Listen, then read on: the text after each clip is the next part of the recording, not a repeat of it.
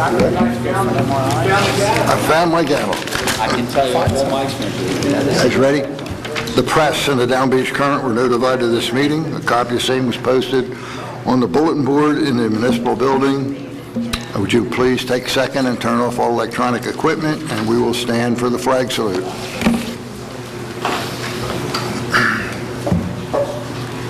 Attention salute. I pledge allegiance to the flag of the United States of America and to the republic for which it stands, one nation, under God, indivisible, with liberty and justice for all.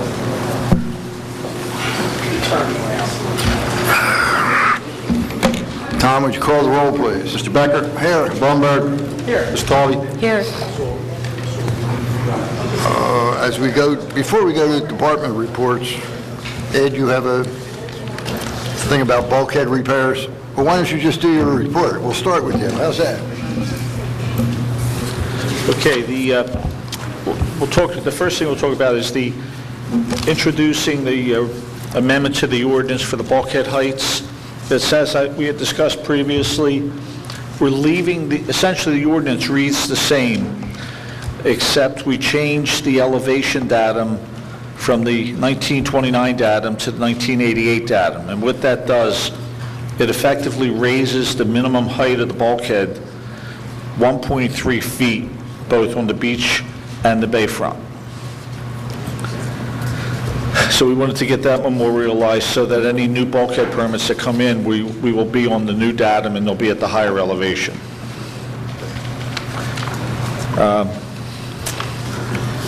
Additionally, there's several items on the agenda that we took bids for beach bulkhead repairs, and there's some replacement of Sumner Avenue, the return. The total bid on that came in at $239,939, and what that encompasses about 100 feet of the return on Sumner Avenue. The piece that runs perpendicular to the street was done by the resident when they did their bulkhead. So effectively, we'll have a whole new bulkhead on Sumner Avenue. That's the main part of the contract, and the rest is consists of just repairs at every street end that had damage from the storm. Small repairs, large repairs, but mostly we may have 5 feet of sheathing that needs to be replaced, some whalers, just to get our bulkheads up to snuff.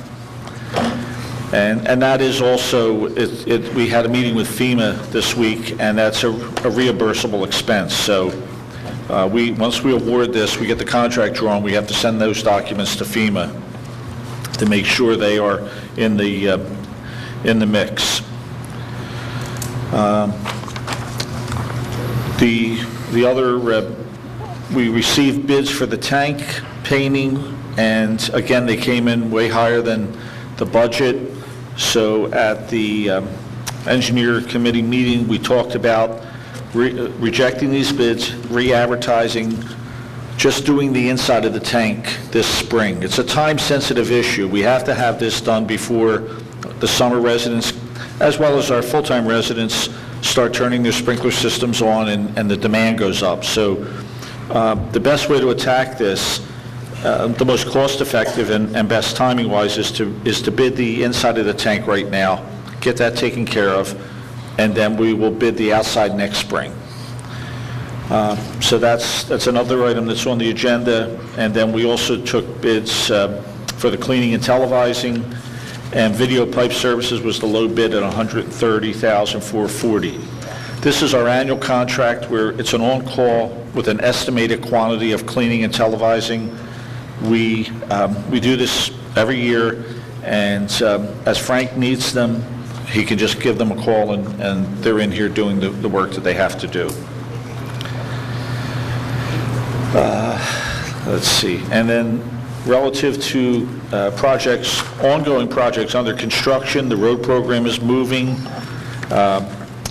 We have South Douglas, the beach block is base paved. South Essex, The water main, the sewer main's done. Concrete work is 80% complete, and the road work is being scheduled as soon as that concrete's done. Iroquois, the water main, the sewer main, that installation is complete, and the concrete work's approximately 50% complete. Huntington, which is the unit block south, the water main and the sewer main is complete, services are complete, and the concrete work will be scheduled after.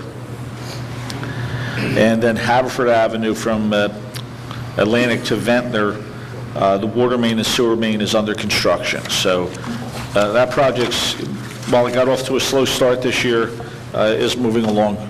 They've added additional crews, and the contractor's moving along pretty quickly on that. The other items, on Tuesday morning, we previously I talked about doing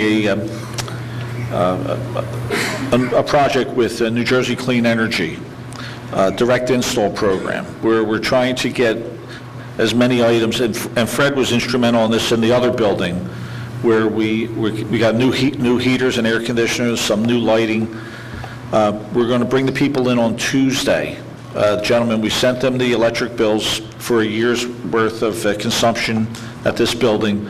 Tuesday, we're going to tour the building. We're going to look at what items would be eligible and see how many, hopefully we can get some of the units, some of the lighting here replaced for free.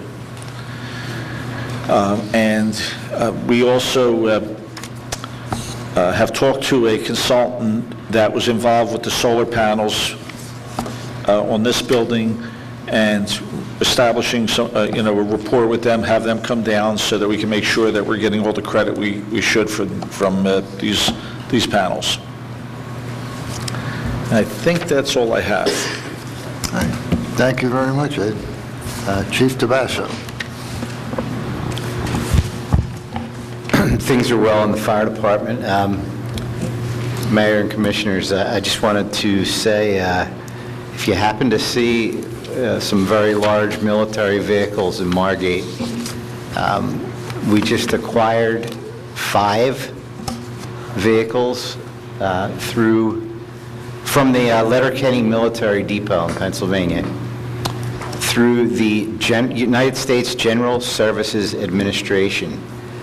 And the cost of these vehicles are actually very, very expensive vehicles, but we got them for nothing as through a program that they've put together to acquire surplus vehicles, and that we can use those vehicles for emergencies, public safety,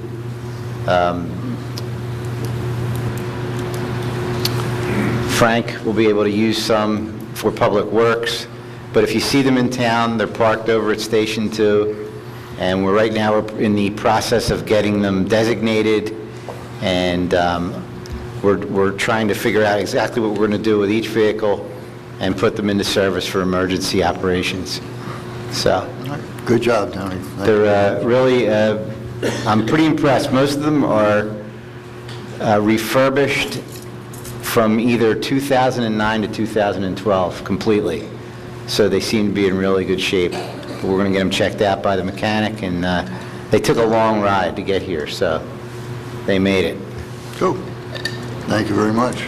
Also, in February, we're going to be going up to the Philadelphia Fire Academy to a program called Operation 6 Save a Life, and every year we go up there and get at least 100 smoke detectors dedicated to Margate City, free of charge. So, thank you. Thank you, Tony. Frank? Lately, we've had a lot of cold weather and some bad weather. We've been out 24 hours a day for quite a few days, shutting off people's water for frozen pipes. We've shut off close to 200 houses, and we're continuing to do it through this weekend and into the near future because we expect another cold snap. Other than that, we got to start preparing to purchase our new tractor and surf rake for this coming summer. The money's in place. All we have to do is get some paperwork together and get it on the agenda, hopefully next meeting, and we can go ahead and purchase it. That's all I have. Thank you, Frank. Frank, there is I think you saw it, there's a state contract through a federal contract for the surf rig, Yes. the one you designated, so we can do it that way. Yep. And excellent job clearing the snow. Margate had the clearest streets in Down Beach and Atlantic City, I think. Yeah, we try, we were out there, and I'll tell you what, we use our rock salt. We just got a whole shipment in today, so we are prepared again if it should snow. Good job, Frank. Lisa? Okay, good afternoon, everyone. I prepared our 2013 annual debt statement and submitted it to the state, provided the clerk's office with a copy as required. And I just wanted to point something out, that statutorily our net debt cannot exceed 3.5% of the equalized value. And right now, that percentage is 0.982%, which is the lowest that it's been, at least since I've been here. I don't know when it's ever been lower. So our net debt currently is just under $38 million, but we're definitely in the right direction. I know a year ago was, or 2 years ago, like 1.10%. So it is being decreased.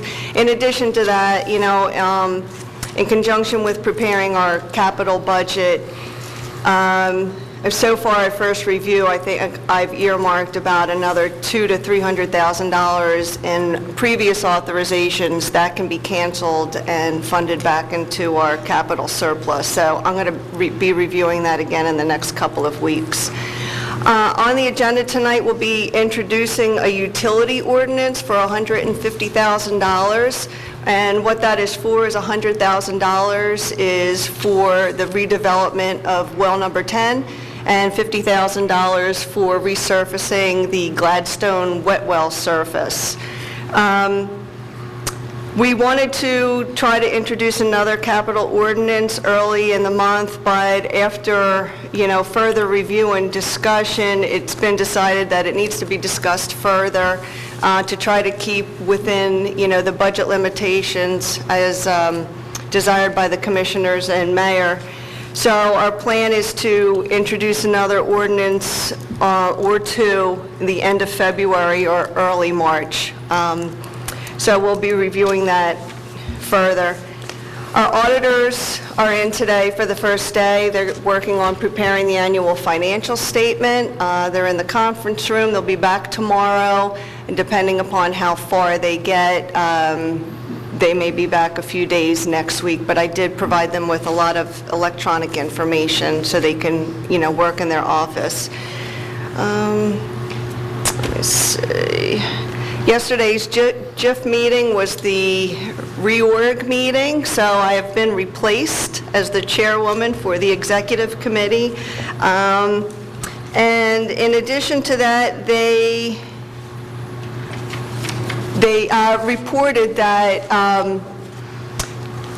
our cyber liability coverage, there were some changes, and the company that covers that cyber liability, which is an increased risk to all, municipalities, and in addition to everyone in general.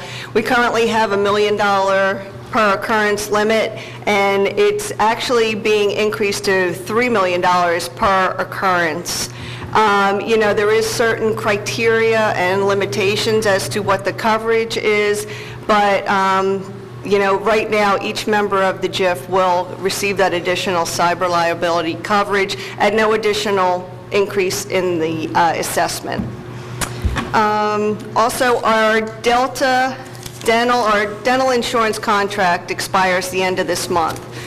I received today the results of the marketing done by Ramona Marshall at Innovative Risk Solutions.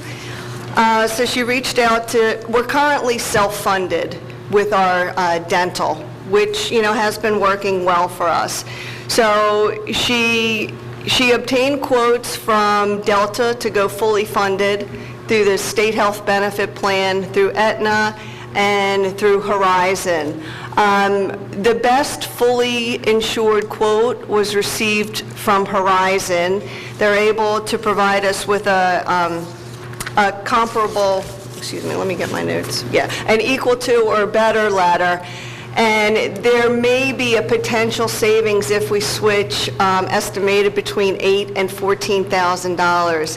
However, in preparing the analysis, Ramona explained that savings, it's not guaranteed because we're currently self-funded, and you have to make certain estimates based upon the claim. So it's not like you're going, from premium to premium and preparing that. In addition to which, there is a chance by switching to Horizon that some of the dentists being utilized by our employees currently may not be in the Horizon network, and then they would be subject to the out-of-network costs associated with that.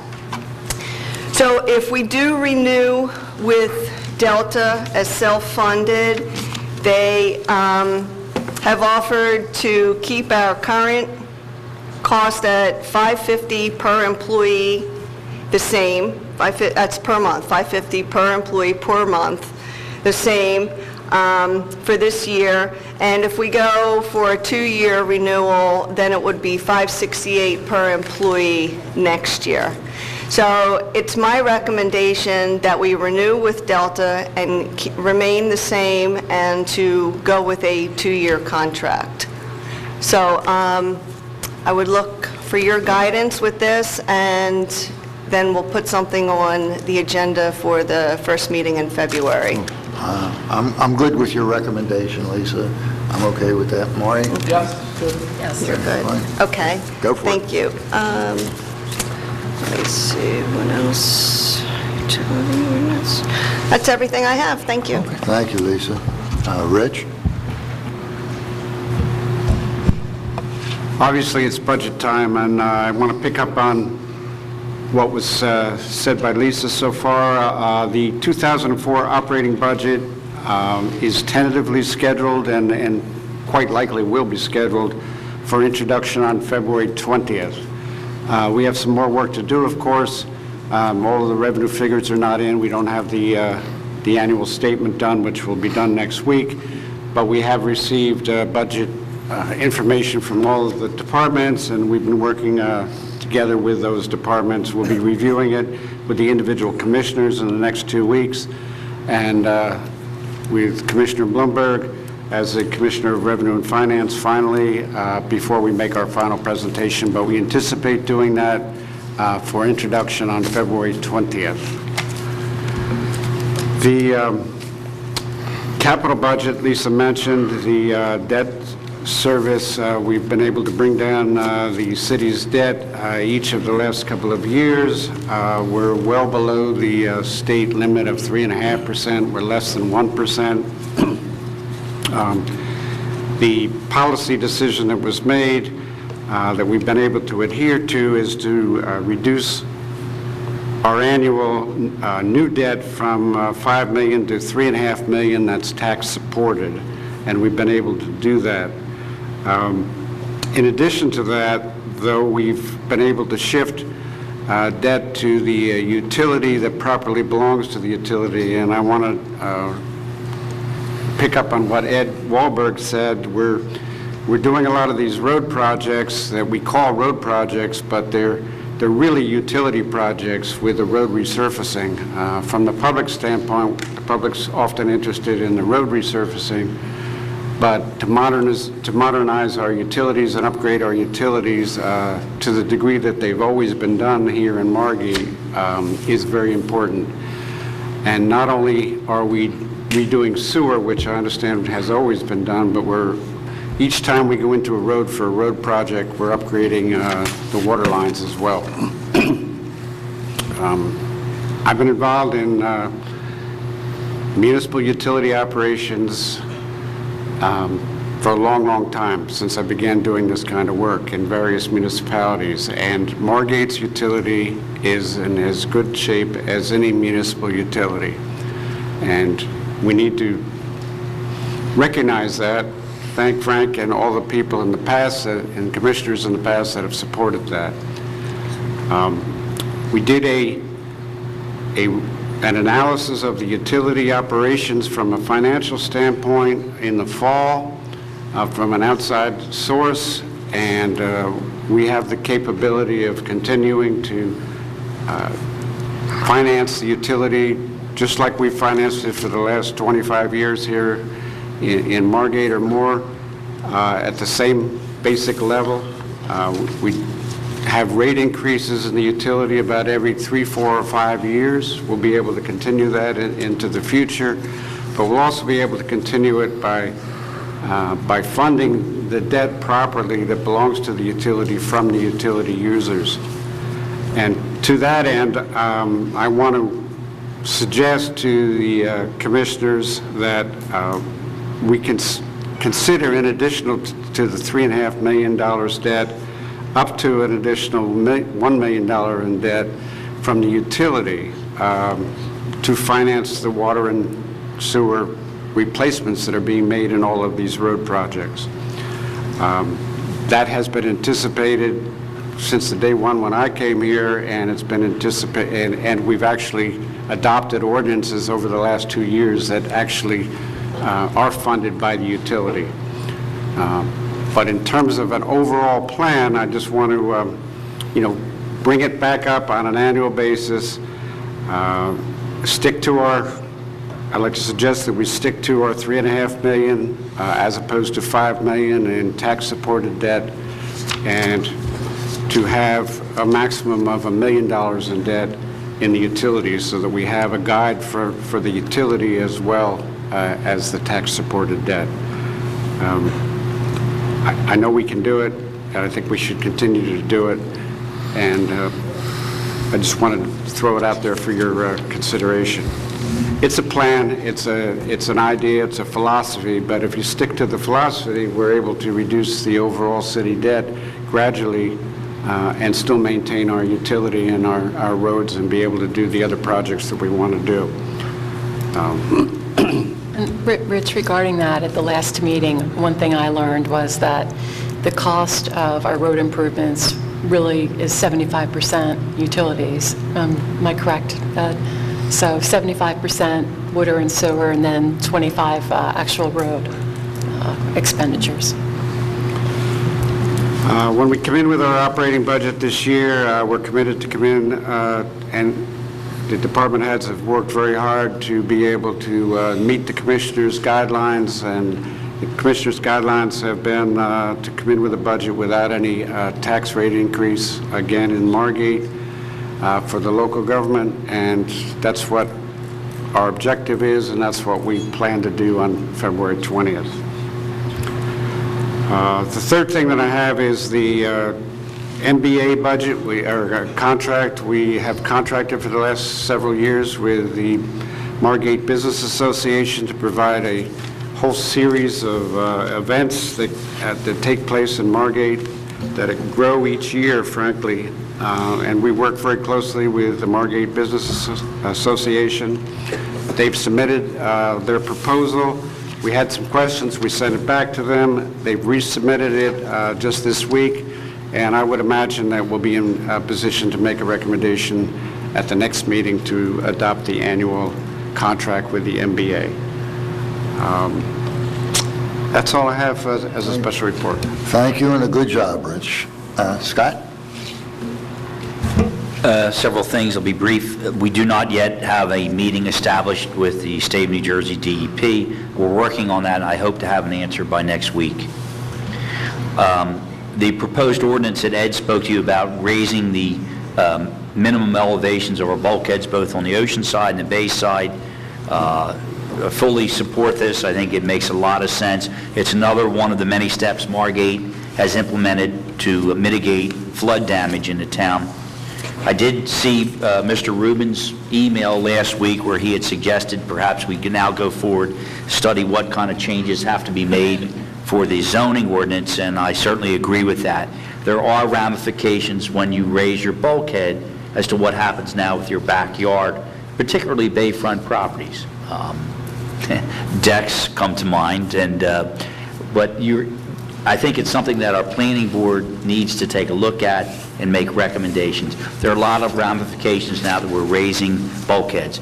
I'm also aware of at least one individual along the bay that wants to raise the elevation of their ground, which on the face of it would seem to make sense, but this is something I think we have to really start to study it, as we've been doing, but to keep that ball moving forward. Finally, a very minor item, you'll see resolution here, number 15, where Deutsche Bank has resigned as an escrow agent for one of our bonding obligations, and is going to be replaced by U.S. National Bank Association. That's pretty a perfunctory thing, but we have to approve that, and it's for existing, some of our existing bond obligations. And Lisa certainly recommends it, and that's what that resolution is. It's really mandatory, though, that you have this escrow agent. And that's what I have, Mayor. Thank you. Thank you, Scott. Tom? The only thing I have is on the agenda tonight, you'll see the award for the ice cream vending. We did have the auction last week, and with the decisions that were made to increase the minimum bid and to do the auction rather than a sealed bid, I think it worked out better for the city. It was healthy auction, 3 different bidders, spirited auction, and the high bidder was $88,000 for the year. That's all I have. Thank you, Tom. Roger? We had a meeting last week with the department heads and Jim Ritala, the grant coordinator that the city has retained. And based on that meeting, he suggested we have a meeting with the planning board and himself, and that's been set for February 4th to go over whatever ideas the planning board has about funding that may be necessary for master planning, capital improvements programming, special studies that come under the purview of the planning board, and that'll take place on February 4th. And Scott, reference to the new bulkhead ordinance, one of the things we should bring up at that meeting will be studies of grade changes and decks and things along the bay. And the result of that meeting will be that he'll be able to apply for grants that we will not have to pay for out of pocket and save a lot of money over the next several years. A matter came up today regarding this new bulkhead ordinance. I didn't have time to talk to either Scott or Ed about. That is that we got a case of a very extensive resheathing of a bulkhead, which is not exactly tantamount to a replacement, but awfully close to it, which we're not in a position to stop, and this bulkhead is very low. It's been approved, it will go forward. This bulkhead is about 1.5 feet too low, and somebody's going to be investing a lot of money to replace a bulkhead that's going to last for another 20 or 30 years or more, 1.5 feet too low. So I'm wondering if we should wait a couple of weeks, hold off introducing this ordinance until we can come up with a good technical definition of the phrases construction or reconstruction in the ordinance, so that we don't have a rash of bulkhead reconstructions of major elements, but they're not really replacements. It's a way of, we could have a bunch of these going through at a much lower elevation than we want. If we just take a couple more weeks and Jimmy, myself, Ed, and Scott get together and come up with a definition. Or you can go ahead and introduce this today, and we could do it as an amendment at the next meeting, but we should do that very soon. I have a question. Did you say resheath? Is that what it's called? Sheath. Resheath. Yeah. Is that, I think that's expensive in and of itself, so would there be a lot of people really coming out wanting to do that to beat the... There are particular circumstances where they would want to do. In this particular case, they have a swimming pool and a deck at a certain elevation which goes over the bulkhead. They don't want to raise all that business up. And there could be other situations, very reasonable, but, and if we had a provision in the ordinance that required them to replace at the new elevation, the planning board should certainly be sympathetic to whatever variances might be necessary, but still, there's no protection. This thing is being built a foot and a half lower than the lowest. Not the 7.5 to 9, but the 7.5. Ed, I'm sorry, this just came up the last couple of hours, and we didn't have time to get a hold of you about it. So the question is, do you want to hold off introducing it so we could throw a good definition in, or do you want to go ahead with this and we come up with an amendment at the next meeting? No. Introduce it. If you want to amend it, we'll amend it, but let's at least get it on the table.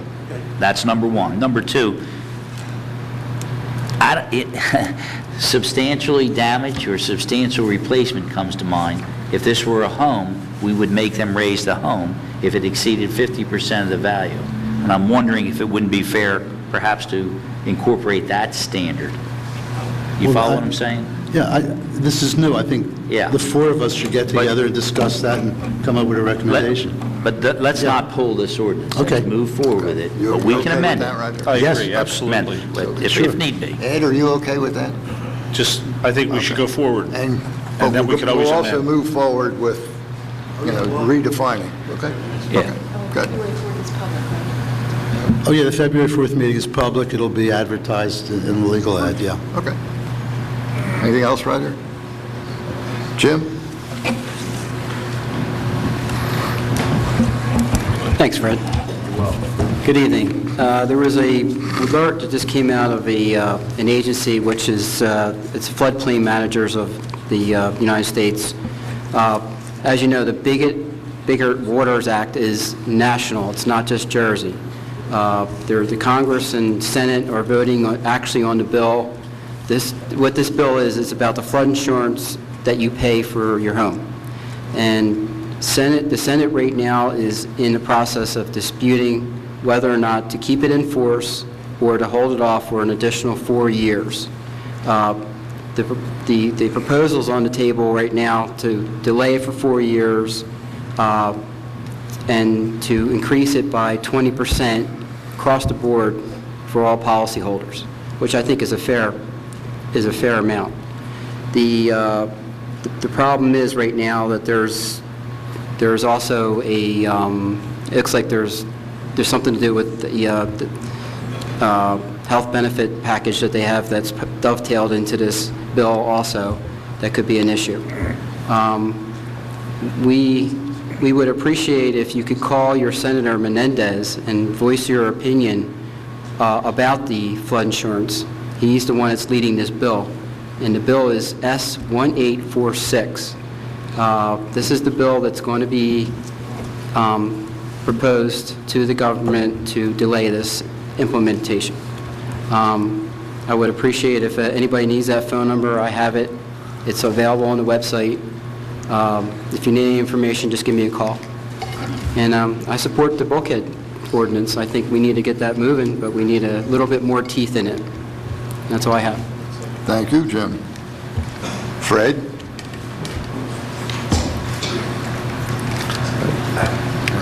Fred, I get a pat on the back for remembering to call. Well, I sat down at the table. I I was noticed. hoping that you wouldn't pass me by. Good evening. It's Bela Lugosi. I have a couple things I have to discuss.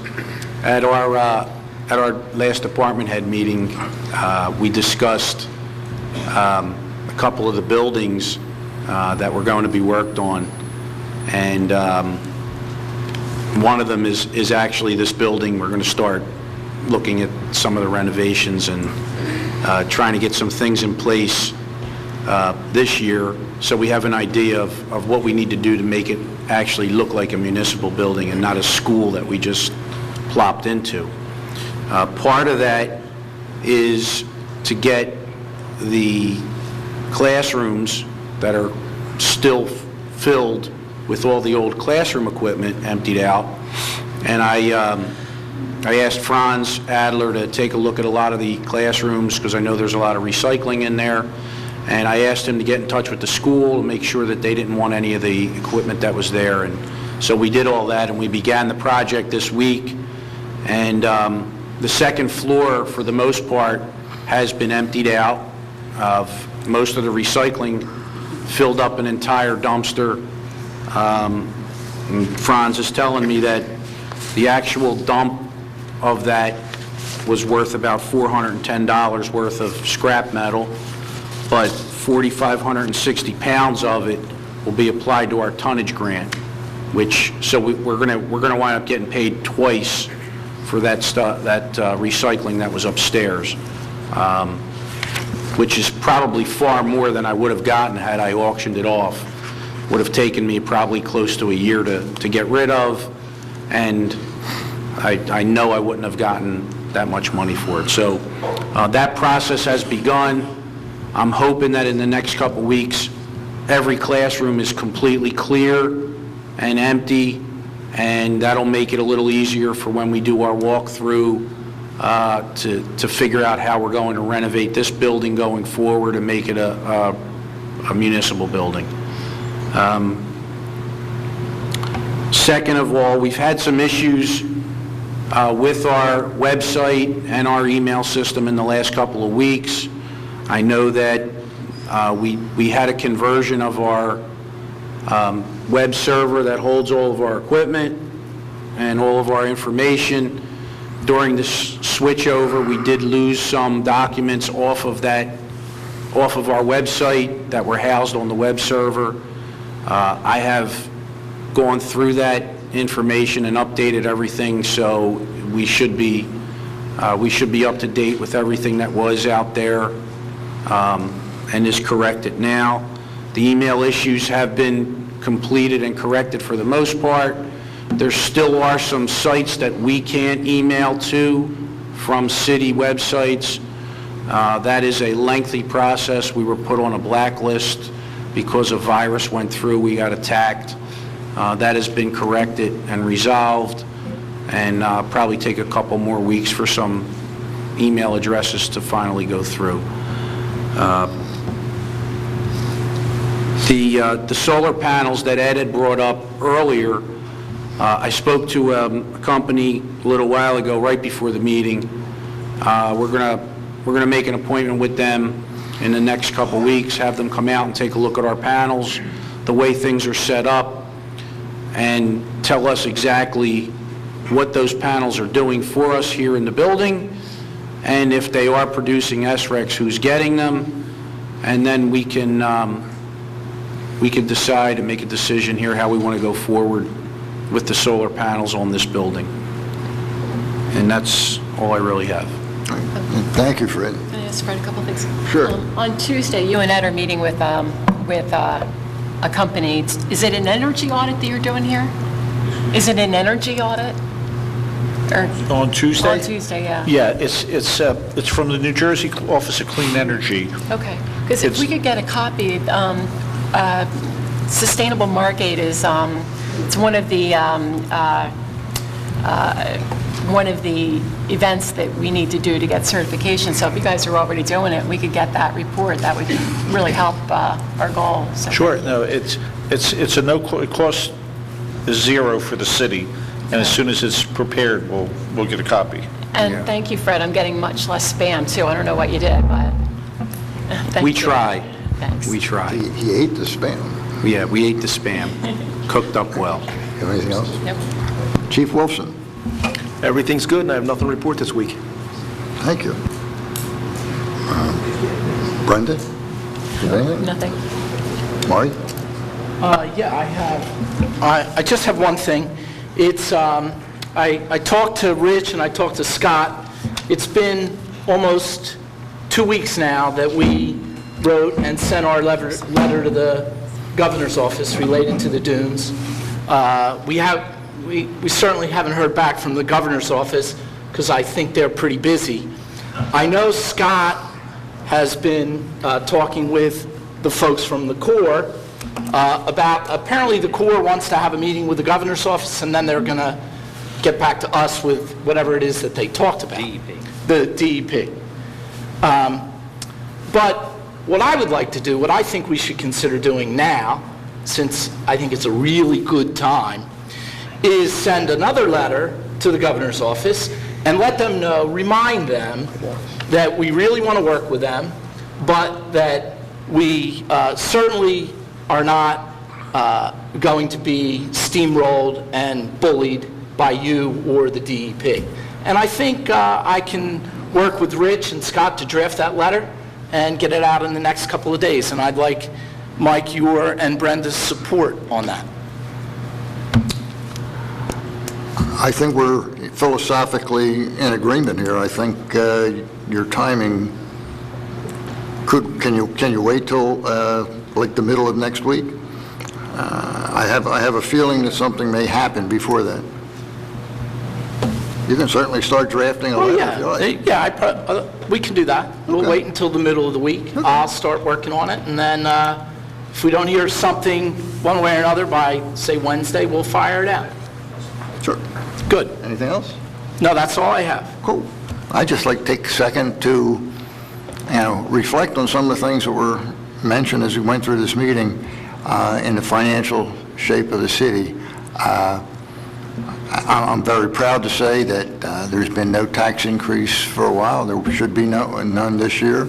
Our debt's going down, and basically we're in good financial shape. And thanks to everybody working together, and special thanks could go to Mr. Deeney. I think we all up here and all the citizens of Margate should really be proud of what's going on here. And with that, we'll open to public comment. You have 3 minutes to talk about anything that was discussed here this afternoon.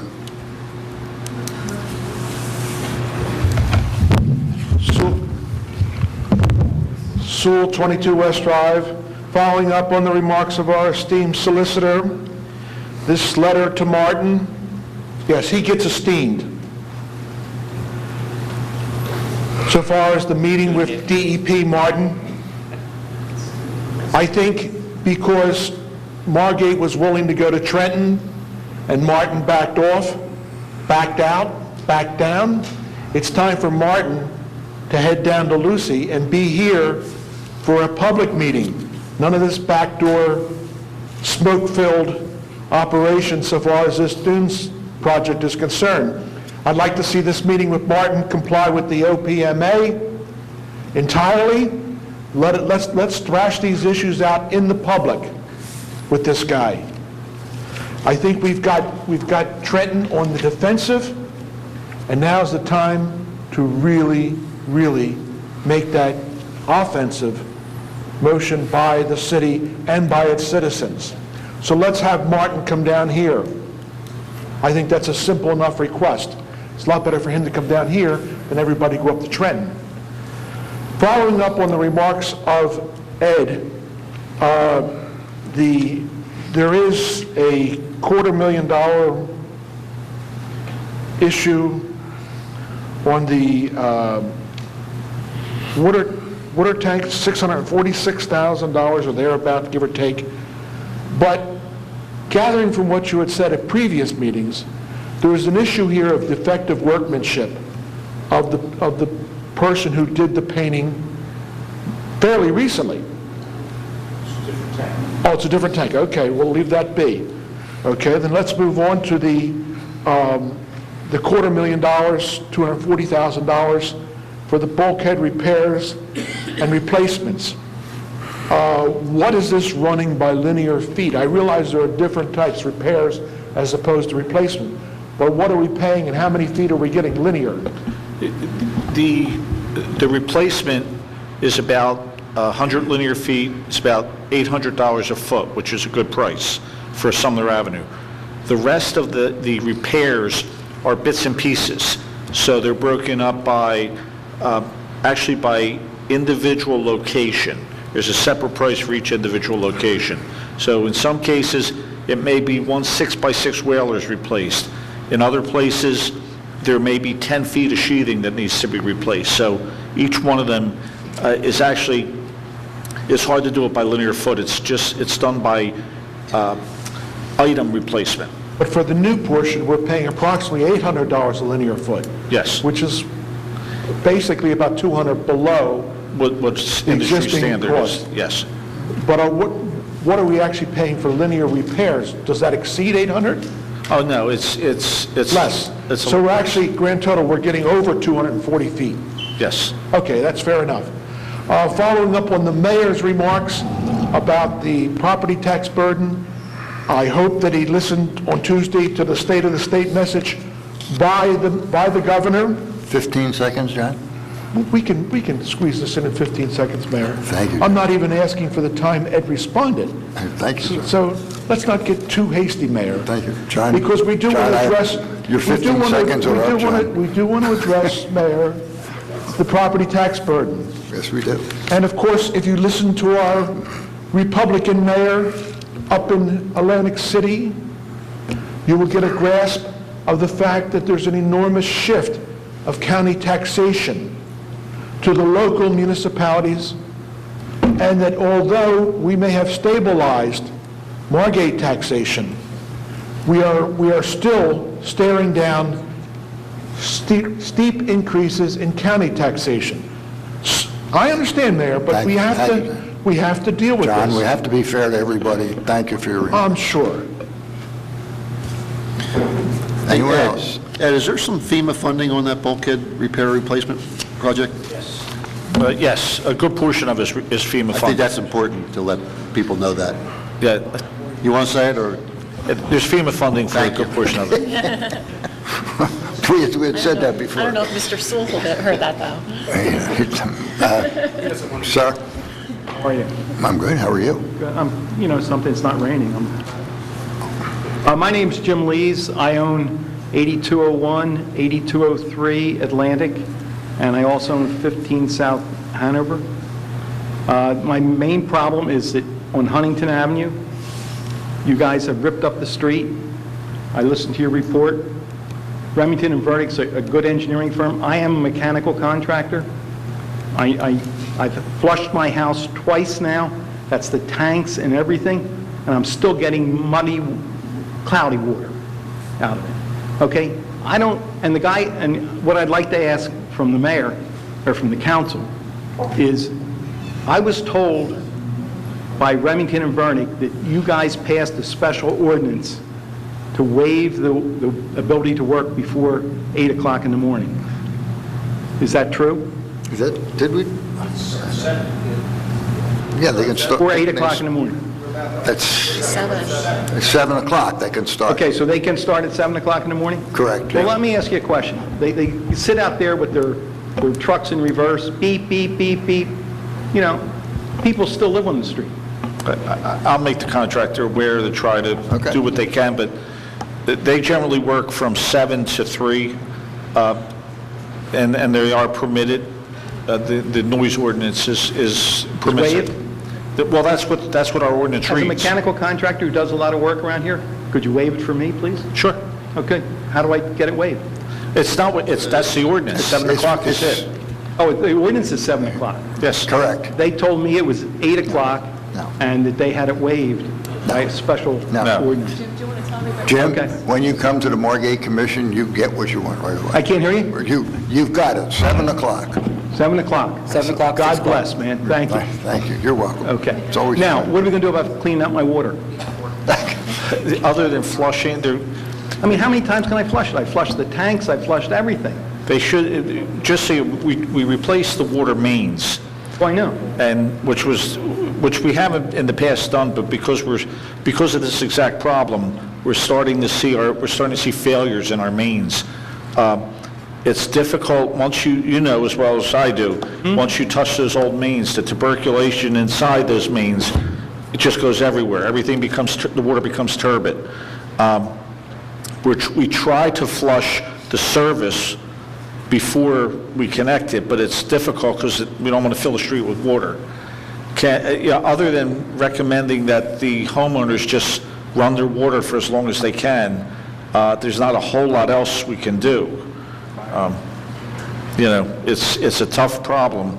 I've had probably one of your neighbors called me, and she had the same issue, that even after she flushed it, she was still getting brown water in the tank of the toilet. She was getting brown water out of her hot water tank. Is this the time to flush the fire hydrants? No, actually, That's done in the spring and fall. Yeah, but we've got a problem now, and maybe if you flushed them now, And I understand maybe that. the problem would go that's- away. That street's under contract, so it's up to the... Yeah, the contractor has to do it. I'm sorry? We can have the contractor flush the hydrant. It would be very nice if he did. I'll talk to someone tomorrow. Okay, thank you very much. I appreciate it. Okay. Thank you, Jim. Anyone else? Hey, Ed, quick question. On the streets where the main's being replaced, does this mean for homeowners that are out of town for the winter, when they come back in the spring, they're going to probably have some issues? We're probably going to have to do some sort of notification, because the woman I spoke to today was a summer resident who just came down to check their house. And we'll have to put a mailer out or something in their mailbox, a door hanger, I should say. If we can target those streets, if you want to give us the streets or whatever, we can get something, Yeah, it's especially on the beach blocks, it's essential. Ann? And, excuse me, Ann Pancoast, 200 North Osborne Avenue. Ed, I think you probably can answer this question. It's about the bulkheads. I got some interesting information on an email that said that our average bulkheads were 5 feet 5 inches tall. That's hard for me to believe. If I go down to the beach, I can see the whole water's edge and everything. Are all of our bulkheads 5 feet 5 inches tall? No. The bulkhead heights vary. Currently, there's maybe 2 to 3 feet differential depending where you're at. If you're Argyle, Andover, something like that, the bulkhead may be 3 feet tall. If you go to Rumson Avenue, the bulkhead's 6 foot tall. It depends on the ground elevation. Most of our bulkheads currently, the ones that haven't been replaced recently, are somewhere in the neighborhood between 9.5 and 11.5 elevation, 88. But depending on the street elevation, that could make the bulkhead 3 foot or it could make it 6 feet. It varies. Well, I do know that you built the Osborne Avenue, not Osborne, excuse me, Kenyon. Yes. And I know that that is higher, but the other ones that I've looked at are like 4 feet, 4.5 feet. So I just wondered where the person was getting this information, that all of our bulkheads are 5.5.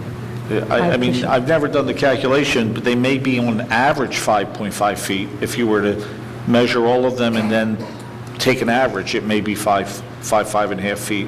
Because the further you head towards Longport, the street elevation decreases, so the bulkhead elevation increases, or the bulkhead height, I should say, increases.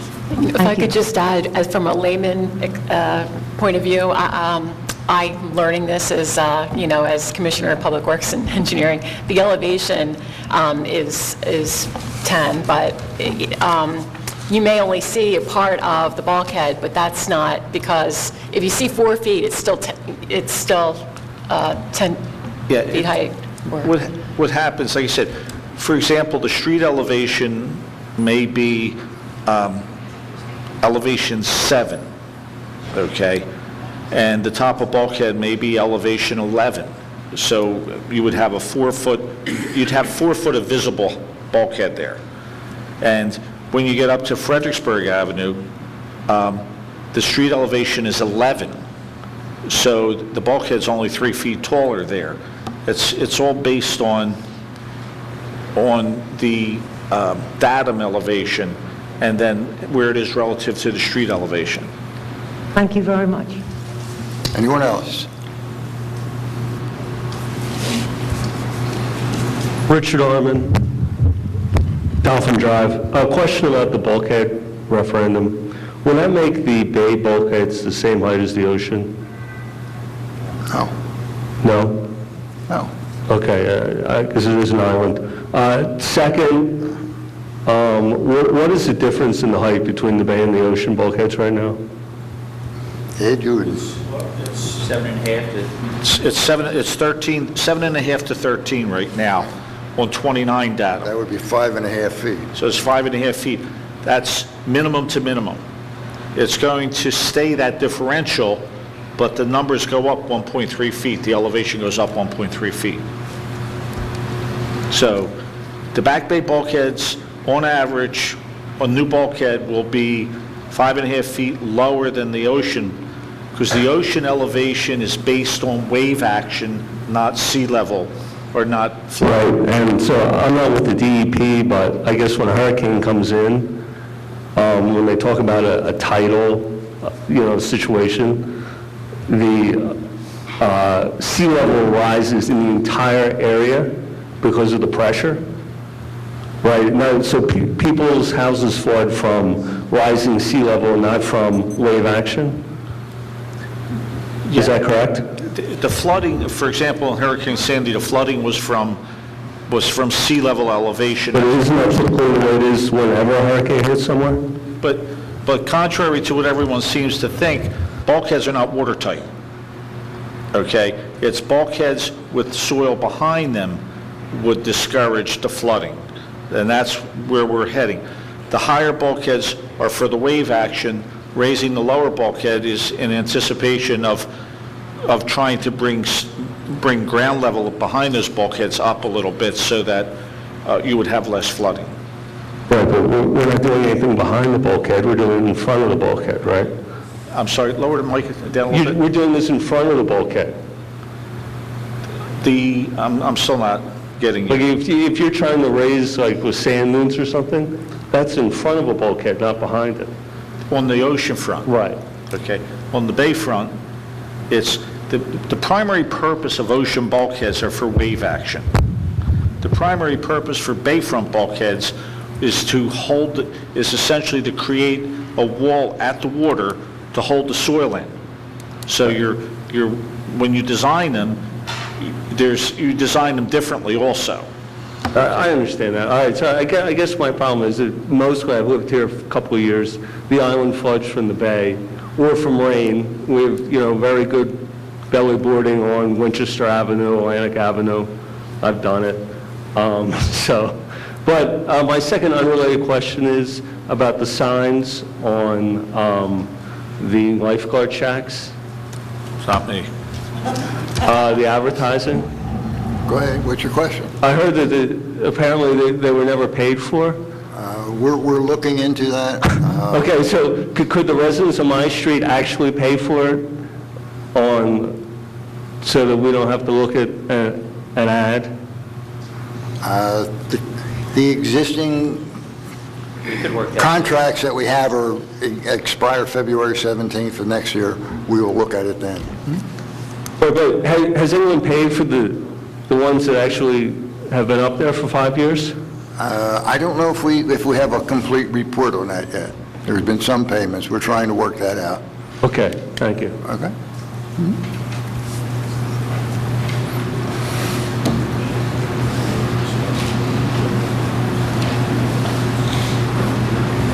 Steve Chizecki, 112 North Lancaster Avenue. I have a question what you were talking about with the use of the school. Is there a plan made for the rest of the school in action? There's no plan just yet. We'll be working on that this year. Okay, because I was thinking about where we used to have the Margate Historical Museum and maybe some things like that, and possibly renting out the rest of the classrooms or something like what Ventnor does with their community building. It'll be considered, Steve, as we go forward. We do not have a plan, as Fred said. Okay. Anyone else?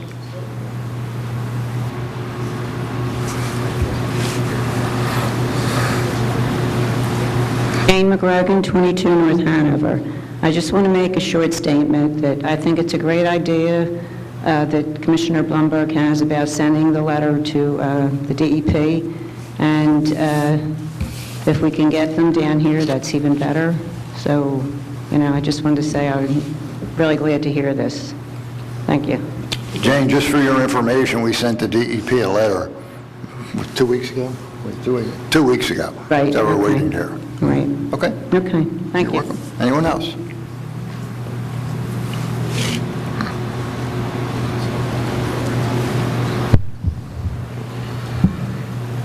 Sharon Simon, 424 North Thurlow Avenue.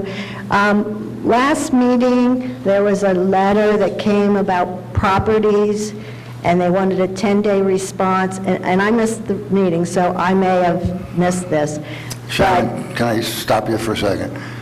This portion of public comment is for I know what it items- is, and the topic is the letter with the DEP and the dunes. That wasn't discussed today, so you can bring that up at the next... It was discussed, the meeting and the letter. It's on topic.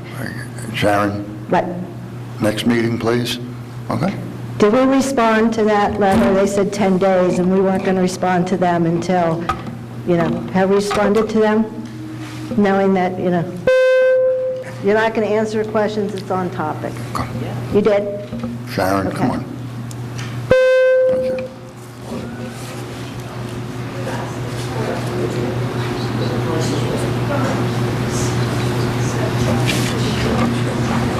Stephen Altman, 9003 Amherst Avenue, Margate. With regard to a plan for this building, I think we've all seen in the last few minutes the sound system still does not allow the citizen to really hear people at the podium asking questions or your answers. I know that the chamber over on Washington Avenue is going to be used in the future, but as we've all learned from Storm Sandy, this room may be needed for some public discussion in the future. I have looked into and passed on information appropriately about putting up baffles in this room. They're relatively inexpensive, and someone ought to plan for and finance making this room such that the community can really hear what you have to say and be able to talk with you so that the people behind us can hear what I, as an example, have to say. I really suggest that baffles are a solution in this room, which would not be very costly. Thank you. Thank you, Steve. We'll look into that. Dan Gottlieb, 407 North Nassau. Happy New Year, everybody. I wasn't here last time, so I'm a little belated in that wish. About the meeting with the DEP that was mentioned, a couple things. Mayor, you indicated that you have a feeling something may happen before Maury was to write the letter at the suggested time. Maury said he would write it in the next couple of days. Correct. Could you elaborate on that? I would prefer not to do that. Just a feeling that I had, nothing concrete. Okay, so you've had no discussion or no information that would lead you to believe Not that directly there's with some... me, so I wouldn't be able to tell you that. I'm sorry, I couldn't hear you. Tell Steve. Not directly with me, Dan. Okay. Okay. As it relates to that meeting with the DEP, does anyone know if they're amenable to that meeting now? I'm not certain. I will tell you that's why I say let's wait a few days. So I just, for the purpose, there's some people here tonight that don't always come to the meeting since we had the referendum. Could you state, as a commission, whether it come from you, Mayor, you, Brenda, or you, Maury, what you'd like to accomplish at that meeting? So, what would you like to accomplish? Maury, you guys could start.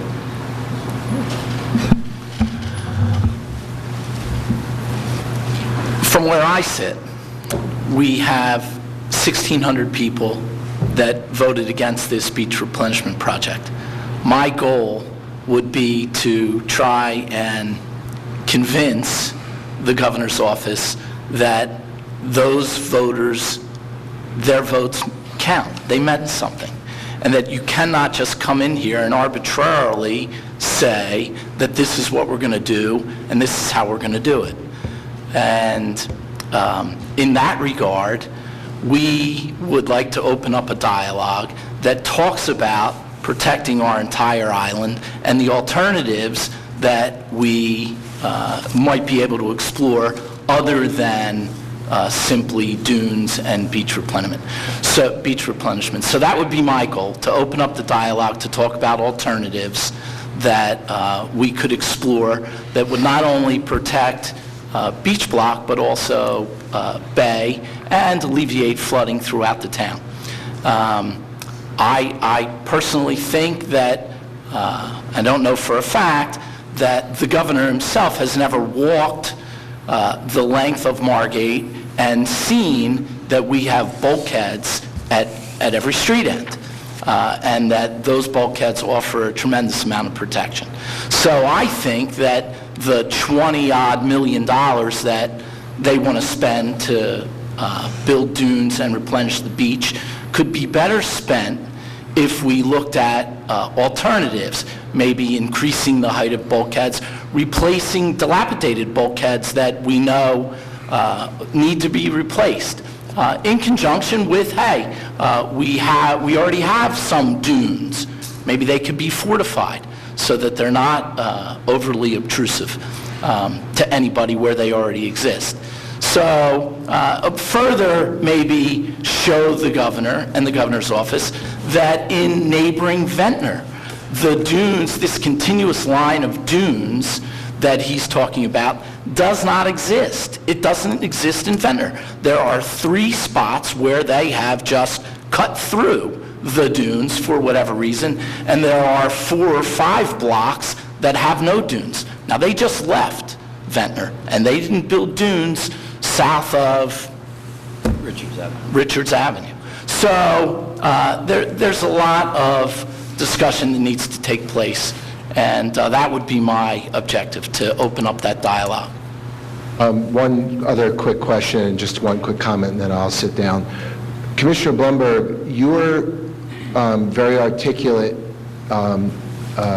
speech that you just made is very much in concert with the voters.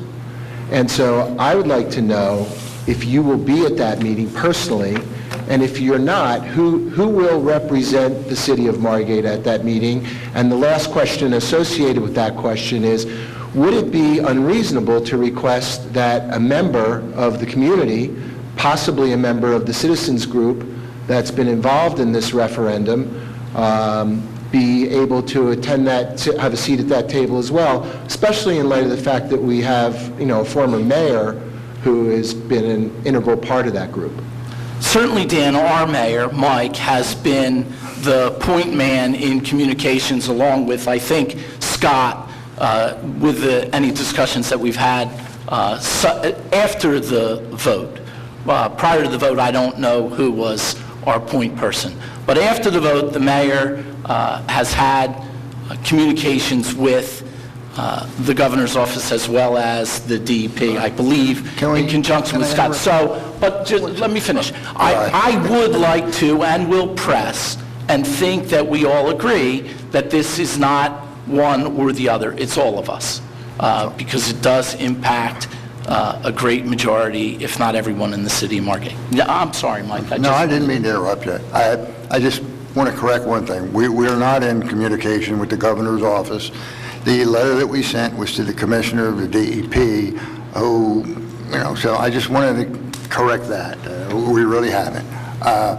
And I think, if I'm not mistaken, he's the one, Commissioner Martin, is the one who has to agree to the meeting, and very well could set the tone of the meeting and who he wants to meet with. I don't know how much push we have. The letter that we sent was from the commission. It was not from me. It was not from Commissioner Blumberg nor Commissioner Tawby. And that was meant to show unity and that we all wanted to be there. But I think we're somewhat dependent on the commissioner. I'd like to respectfully request that if you have the opportunity to suggest that a member of the community, maybe someone from MCQBP, perhaps Vaughn or myself, be able to attend that meeting, we would certainly welcome that opportunity and respect the protocol of that meeting and be happy to join you as well. Mayor, we can make that request, can't we? Absolutely will. Okay.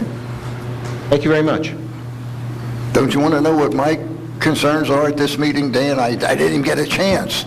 Sure, I'm sorry, I would love to. And I'm going to be very brief because I'm a... 3 minutes or less. I'm a... Yeah, I have a little beeper here, I'm going to... Come on up this one. I'm very brief. I would never make 3 minutes unless I'm talking to my wife. Number one, here's my last, so you can see it, if, is alternatives. I want to talk about alternatives, as does probably all of us. I want to talk about, the legality and their view of what our referendum was. I want to talk about outfall solutions. I want to talk about street end drainage if we can. I want to talk about handicap access if this happens. I want to talk about replenishment without dunes. I want to talk about not signing a contract. I want to talk about getting some money for our Bayside bulkheads. There's a lot of things to talk about. But I've said this before, I say it again, reasonable people sit at a table, work out their differences. Okay? Very good, thank you.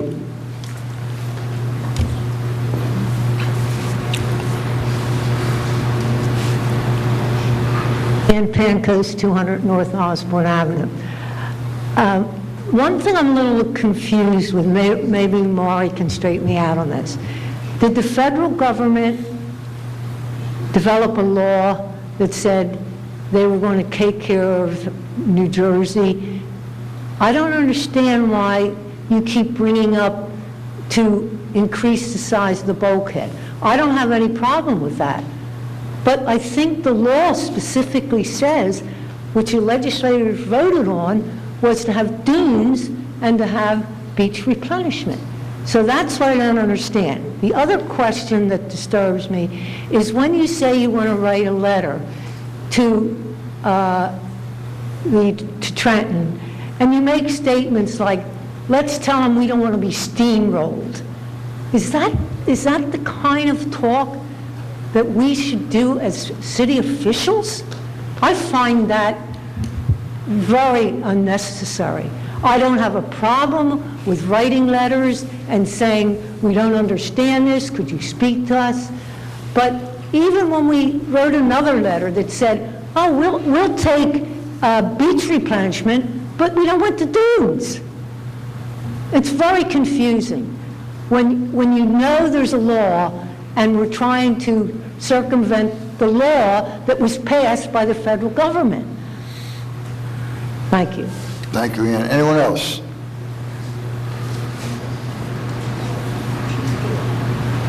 I got cut off from my other comment, which was more on topic than some of these other topics.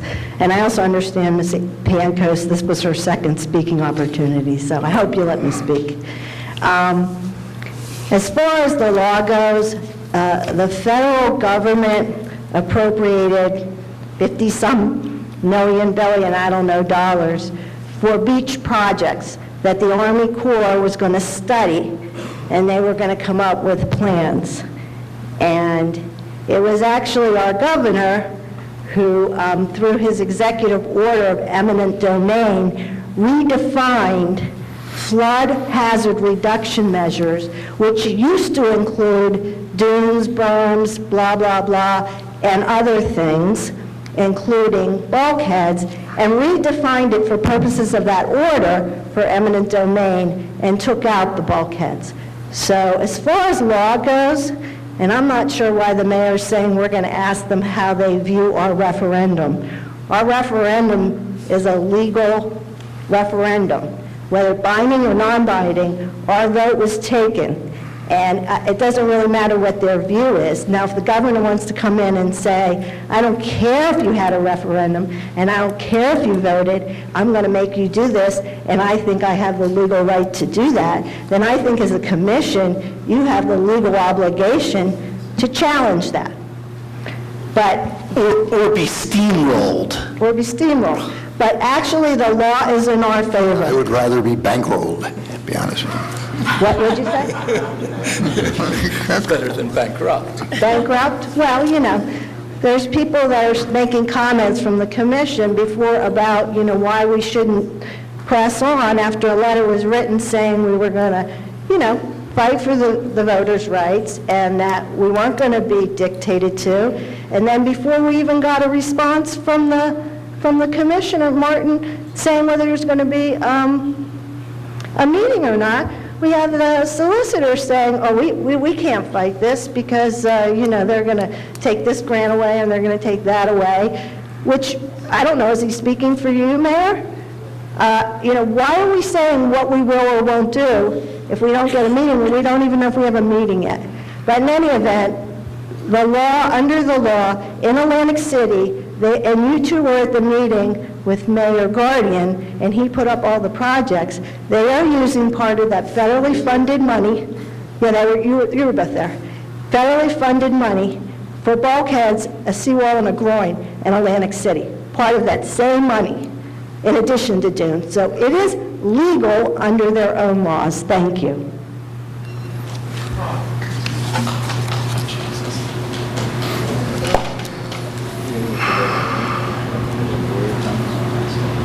Steve Warner, 103 North Sumner Avenue. First of all, I'd like to thank really the entire city for the money, keeping the tax rate under control. I think everybody deserves a pat on the back. You've done a great job. You listened to the citizens who wanted to keep the taxes at least stable, and you've responded. I think you've done a terrific job. And you know, one of the reasons Margate is so desirable to people from out of the area is that the taxes are more reasonable than a lot of other places, certainly more reasonable than Ventnor, and the property value is somewhat cheaper in Margate, so vis-a-vis Longport, it's a good value to these people, and I think it's very important to keep the taxes as low as possible to keep the people coming buying second homes and what have you here. I think, you know, I'd like to thank everybody that's taken it upon themselves to do this, because you've done a great job. That's the first thing. Well, everybody, Mayor, Commissioners, Rich, Lisa, you've all done it, and everybody else, all the department heads that have tried to, you know, to get the budget in there as cheap as they could. I really appreciate it. And I speak for a lot of people in this city, I know that. And also, as far as the dunes go, I have to chime in on this too. Whatever you can get from the federal government, from the state government, get it. If you can get in there and say, look, we need some more money for the bulkheads, and they'll give it to us, great, get the money. But, you know, whatever you can get. That's what I say. But I think you're going to have to live with the dunes. But whatever else you can get it. That's, you know, why not try? All right, thank you. Thank you, Steve. Anyone else? Last chance. Is there a motion to close public comment? The motion to close public comment. Mr. Becker? Yes. Blumberg? Yes. Stalvey? Yes. The motion to adjourn the meeting. I'll make that motion. I'll second. Mr. Becker? Yes. Mr. Blumberg? Yes. Mr. Stalvey? Yes. We will take a 5-minute break and we will go at it again.